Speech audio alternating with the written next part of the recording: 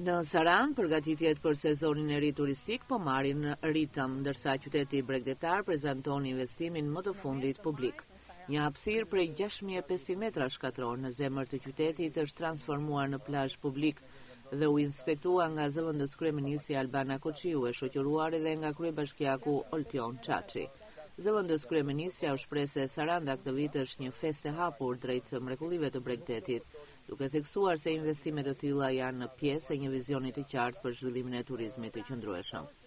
Ndërkohë që kryetari i bashkisë vuri në dukje se investimi është vetëm një pjesë e projekteve që po zbatohen këtë sezon, duke theksuar pritshmëritë për një numër më të lartë vizitorësh dhe një sezon më dinamik. Në mes të majit në Sarandë. Ky është plazhi publik më i ri që kemi në qytetin e Sarandës. Ne kemi vendosur që plazhi publik të jetë gjithë pa pagesë. Ky plazh këtu është rreth 6500 metra katror. 6500 metra katror plazh publik. Ja vendosur te bovat siguria për mbarvajtjen e sezonit turistik. Nuk do përdorim menaxhim me tarif. Tu ka dhe wireless nga bashkia Falas.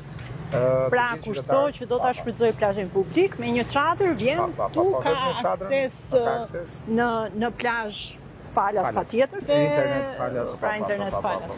Kjo është risia e këtij vitit në qytetin e Sarandës dhe ky shtimi, duke qenë se kërkesa sa vjen dhe është më e madhe për plazhe publike. Saranda pothuajse ka zgjidhur këtë problematik. Ndoshta është i vetmi qytet që ka gjithë qendrën në plazh publik, ku të gjithë qytetarët mund të kenë akses në plazhe.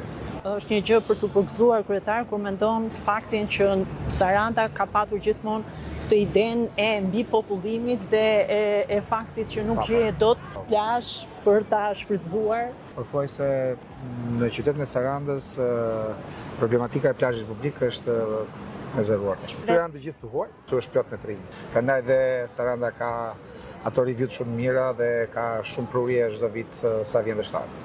Edhe ky është edhe qëllimi kryesor, pra të kemi një turizëm që është i qëndrueshëm, edhe jo një turizëm sporadik me turistë që vinë, vizitojnë një herë dhe nuk kthehen prapë. Qëllimi është të kemi turistë të cilët e frekuentojnë Sarandën çdo vit. Mbi 90% e bizneseve në këtë qytet është drejt për drejt i varur me turizmin. Është e vërtet. Pikërisht turizmin e qëndrueshëm do duhet ta sigurojmë nëpërmjet shërbimit cilësor për t'i ofruar Sarandës një sezon turistik sa më të mbar dhe ku jemi të gjithë bashkë me bizneset, së bashku me gjithë institucionet për t'i koordinuar në më të mirën e mundshme gjithë funksionet e tyre me qëllim që çdo vizitor të marrë. Qëllimi është i përbashkët, vetëm të krijojmë sa më shumë kushte të mira që kushdo që viziton qytetin e Sarandës të ketë shërbimin e duhur.